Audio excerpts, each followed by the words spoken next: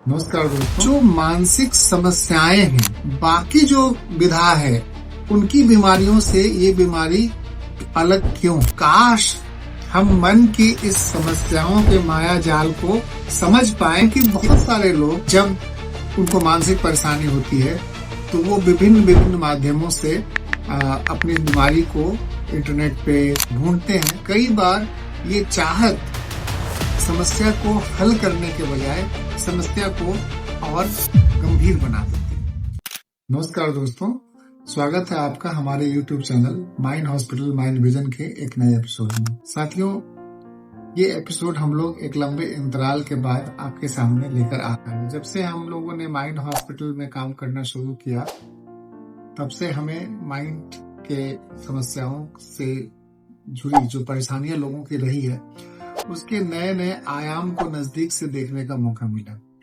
और आज जिस विषय पे हम लोग चर्चा करने जा रहे हैं वो ये है कि क्या हमें मानसिक समस्याएं होने पर उसकी बीमारी के बारे में एक निश्चितता, या जिसको हम लोग कहते हैं कि बीमारी का नाम जानने की जरूरत है या ये उतनी महत्वपूर्ण नहीं है। तो आज हम लोग इसी विषय पर चर्चा करेंगे। और ये चर्चा क्यों महत्वपूर्ण है?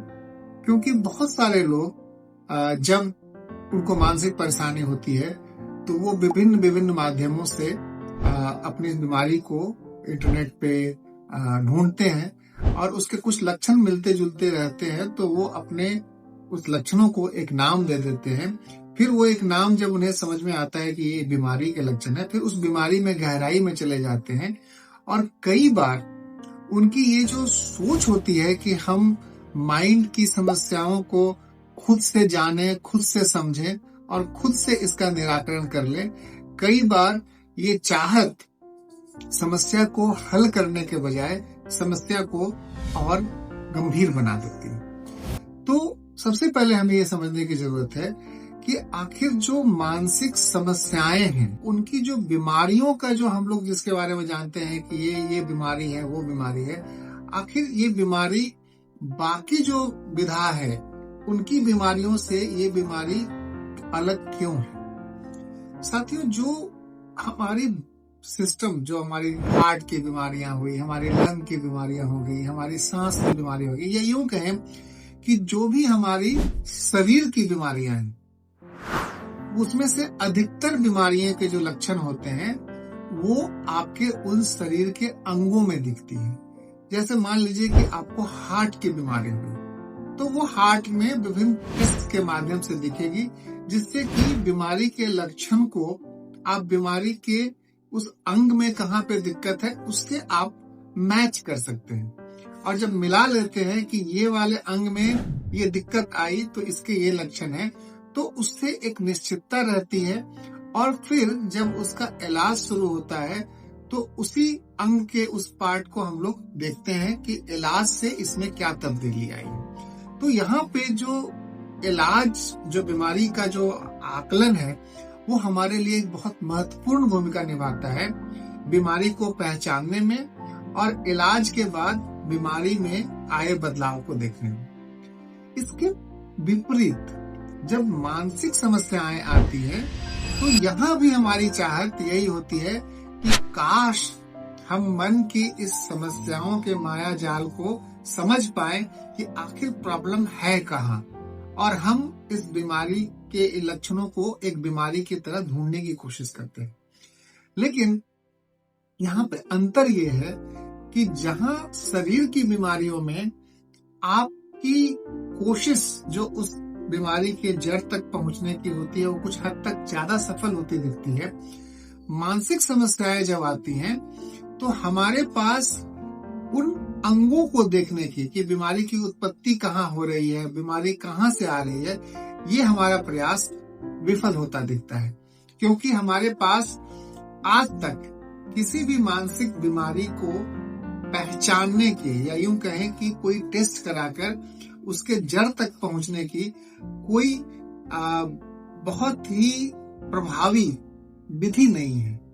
तो ऐसे में आप कहेंगे कि अगर प्रभावी विधि नहीं है तो फिर इन बीमारियों का जो उत्पत्ति हुई, कैसे लोग कहते हैं कि ये बीमारी वो बीमारी, इतने जो क्लासिफिकेशन बने हुए हैं, जैसे ICD-10 जिसको बोलते हैं या DSM-5 जिसको बोलते हैं, आखिर ये बने हुए कैसे हैं अगर ये बीमारियां नहीं हैं तो। साथियों, जब भी कोई समस्या आती है तो स्वाभाविक रूप से लोग डॉक्टर के पास जाते हैं। तो मानसिक समस्याएं भी जब आती है तो डॉक्टर के पास जाते हैं। और शुरू के समय से, जब से मानसिक समस्याएं जो पहले होती थी, जो गंभीर मानसिक बीमारियों के लोग होते थे, तो उनको पहले के जमाने में उन्हें मानसिक अस्पतालों में, बड़े बड़े मानसिक अस्पतालों में सालों साल रख दिया जाता था। और वहां जो साइकियाट्रिस्ट काम करते थे, उन्हें सालों साल मौका मिलता था ऐसे लोगों के बीमारियों के लक्षणों को नजदीक से देखने का और किस तरीके से इनके लक्षणों में समय के साथ उतार चढ़ाव आते रहते हैं, उसको देखने का। तो यूं समझें कि अगर कुछ खास तरह के लक्षण लंबे समय तक एक खास तरीके से व्यवहार कर रहे हैं, तो ये आकलन हमारे को ये बताता है कि संभवतः इस लक्षण वाले जो मरीज होंगे, मतलब कुछ लक्षणों के समूह को ऐसा देखा गया कि वो एक तरह से बर्ताव करते हैं आगे चल के। तो जो मानसिक बीमारियों की जो अवधारणा है, वो एक तरह से यूं कहें तो एक ये ऑब्जर्वेशन है। मतलब एक ऑब्जर्वेशन किया गया कि इस तरह के लक्षण जब आएंगे तो इसको एक नाम दिया गया और ये माना गया कि चूंकि बहुत सारे लोगों ने ऑब्जर्व किया है कि ये इसी तरह से जाते हैं, तो संभवतः ये ज्यादातर ऐसे ही चलेंगे। लेकिन मनुष्य जो है वो एक बहुत ही विविध प्रजाति है। हमारे सोच, हमारी समझ, समय के साथ साथ हमारे जीने की शैली लगातार बदलते रहते हैं। तो ऐसे में जो ऑब्जर्वेशन कई साल पहले हुए थे और इनको अगर हम एक बक्से में डालें कि ये लक्षण आएंगे तो ये बीमारी होगी, कई बार, अमूमन ज्यादातर बार हमारे ऑब्जर्वेशन उस बक्से में की तरफ फिट नहीं करते। मतलब अगर किसी ने बीमारी के जो ऑब्जर्वेशन बने हैं कि कोई कहता है कि आपको डिप्रेशन है, तो आप क्या करते हैं कि आप डिप्रेशन के लक्षण को देखते हैं और जो डायग्नोसिस आपकी बनती है वो कहेंगे कि आपको अगर फलाना फलाना फलाना लक्षण इतने दिन से ज्यादा है तो आपको डिप्रेशन है। लेकिन वो ये नहीं बताते कि ये डिप्रेशन है तो इसके साथ आपके अंदर की बायोलॉजी की चेंज क्या हुई। तो यूं कहें कि एक ही लक्षण अगर कई लोगों में है, देखने में तो हो सकता है वो कोई डिप्रेशन जैसे लगे, लेकिन हो सकता है कि अलग अलग लोगों में वो जो लक्षण है वो अलग अलग वजहों से हो सकता है। किसी में इस तरह के लक्षण इसलिए आ सकते हैं कि उनका किसी प्रियजन का देहांत हो गया। किसी में ये लक्षण इसलिए आ सकते हैं कि उन्हें पता नहीं, अचानक से बुखार हुआ, उसके चलते आ सकते हैं। तो जब तक हमें अंदर क्या हो रहा है, आपके माइंड में क्या हो रहा है, अगर वो नहीं दिखता है बायोलॉजिकल तौर पे, तो ऐसे में केवल लक्षणों को जब हम मान लेते हैं कि यही बीमारी का इंडिकेटर है, तो संभवतः कई बार हमारा जो आकलन होता है समस्याओं के समझने का, वो आकलन संभवतः उतना सटीक नहीं बैठता है।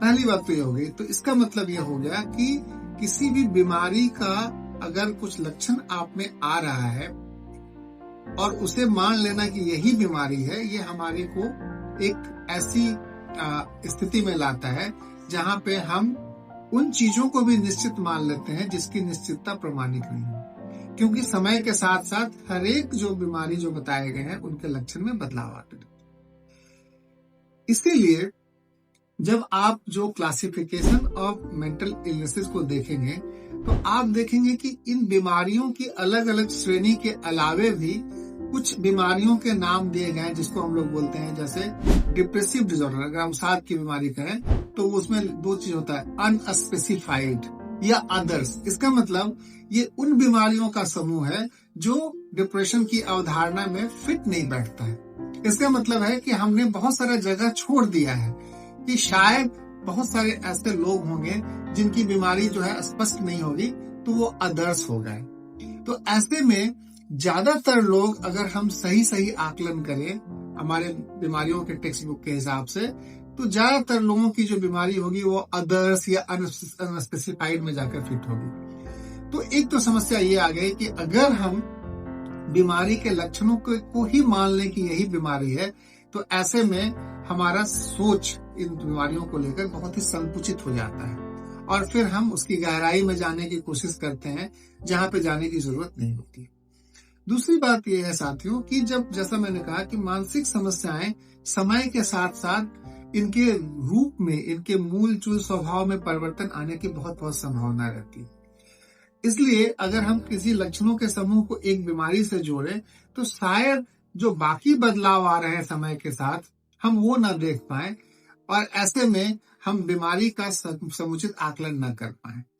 और हमारे जो शोध हुए हैं जहाँ पे कम्युनिटी में जाकर लोगों की मानसिक समस्याओं का आकलन किया गया है, तो वो शोध हमें ये बताते हैं कि प्राय ज्यादातर लोगों में एक से ज्यादा मानसिक समस्याओं का होना एक सामान्य बात है, न कि एक समस्याओं का होना। और ऐसे में जब हम परेशान होते हैं मानसिक समस्याओं को लेकर और हम अपनी परेशानी को किसी एक बक्से में डालने की कोशिश करते हैं कि मुझे डिप्रेसिव डिसऑर्डर हो गया है, मुझे ओसीडी हो गया है, मुझे स्किज़ोफ्रेनिया हो गया है, तो ऐसे में हम बहुत सारे लक्षणों को मिस करने की प्रवृत्ति रखते हैं। तो इसका मतलब है कि किसी एक आदमी को जो मानसिक समस्या हो रही है उसमें ये ज्यादा संभावना है कि उनमें एक बीमारी के लक्षण ना आके संभवतः कई अलग अलग बीमारियों के कुछ कुछ लक्षण होंगे। उनमें से ये हो सकता है कि उनको किसी एक बीमारी के लक्षण ज्यादा परेशान कर रहे होंगे, इसलिए जब वो सर्च करेंगे इंटरनेट पे तो केवल उन लक्षणों को डालेंगे और उन लक्षणों के हिसाब से उन्हें एक बीमारी दिख जाएगी। किन्हीं को दूसरे लक्षण ज्यादा परेशान करेंगे तो वो उस लक्षण को डालेंगे तो उन्हें वो बीमारी दिख जाएगी।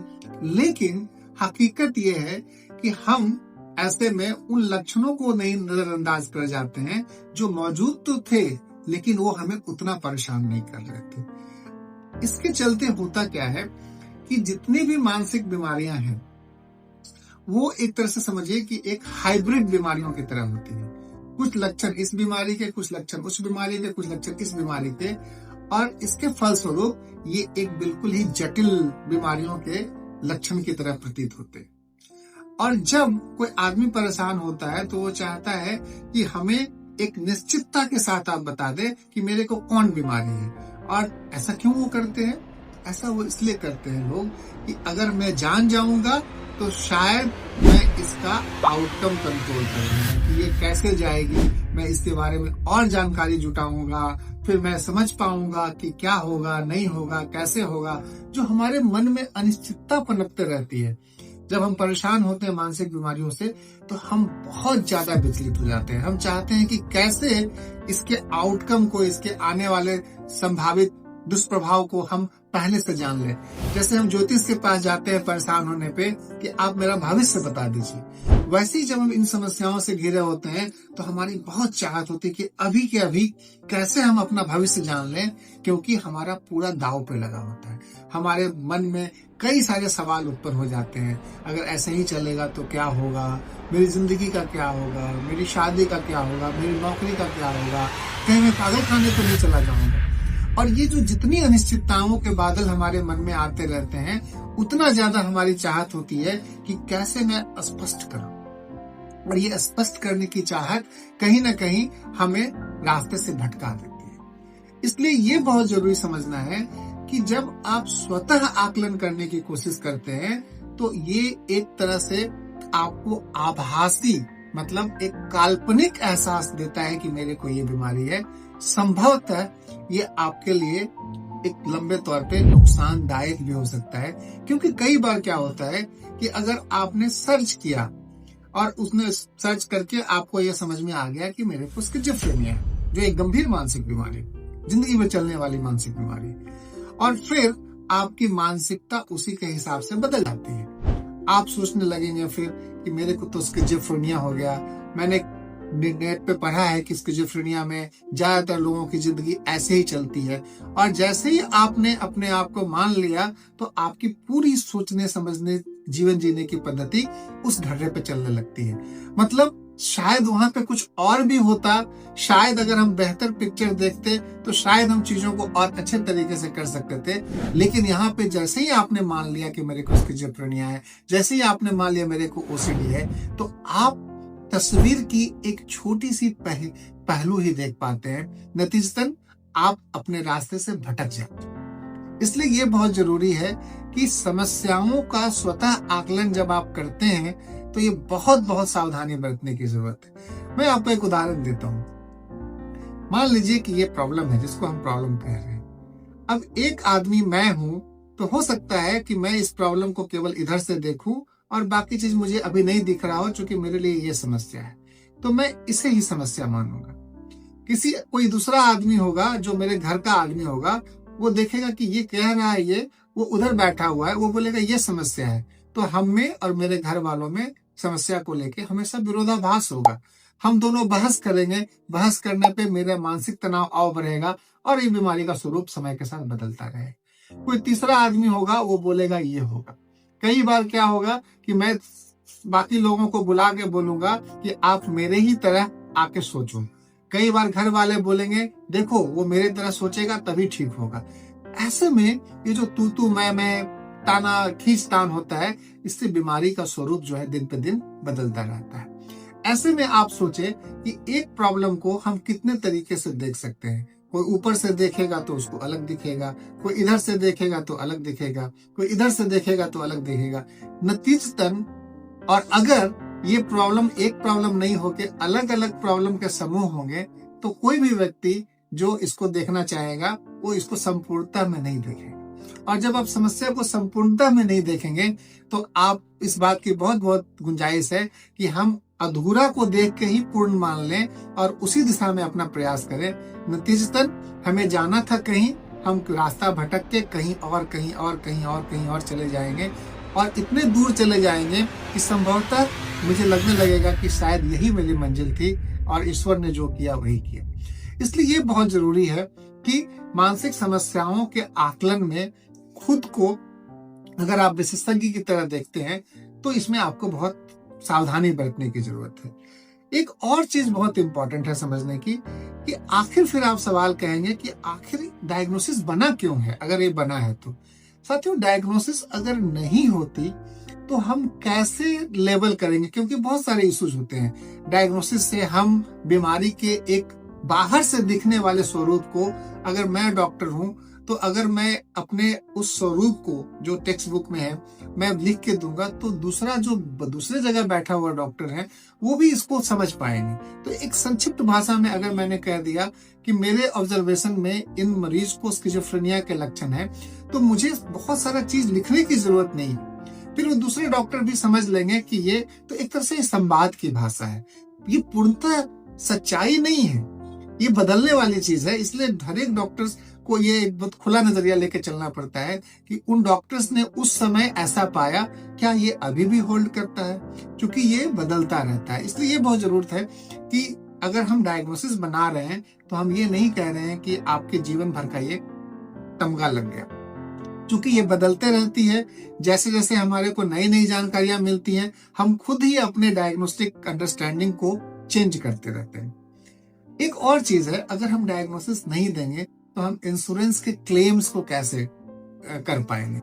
तो आज की जो हमारी वीडियो है वो आपको ये समझाने के लिए है कि मानसिक समस्याओं का जो स्वतः आकलन हम करने की कोशिश करते हैं, वो इंटरनेट पे जाके चैट जीपीटी के द्वारा, और वो जो जवाब देता है संभवतः कई बार वो हमें तात्कालिक राहत तो देता है, क्योंकि हम अपने अनुभवों का एक नाम दे पाते हैं, लेकिन कई बार ये तात्कालिक चाहत हमारी अपनी समस्याओं को जानने की, उसको अपने नियंत्रण में करने की, लंबे समय में हमारे लिए बहुत नुकसानदेह होने की गुंजाइश रखती है। साथियों, आज की हमारी वीडियो की कोशिश आपको इस एक सामान्य सी समस्या से अवगत कराने की थी। उम्मीद है आपको ये मददगार साबित होगी। आप हमारे साथ इस एपिसोड में बने रहे, इसके लिए आपका बहुत बहुत धन्यवाद। कृपया अगर हमारे चैनल के कंटेंट आपको पसंद आते हैं तो प्लीज हमारे चैनल को लाइक करें, सब्सक्राइब करें और आपका प्यार हमारे चैनल से लिए बना रहे। यही इसी उम्मीद के साथ आपका धन्यवाद। नमस्कार।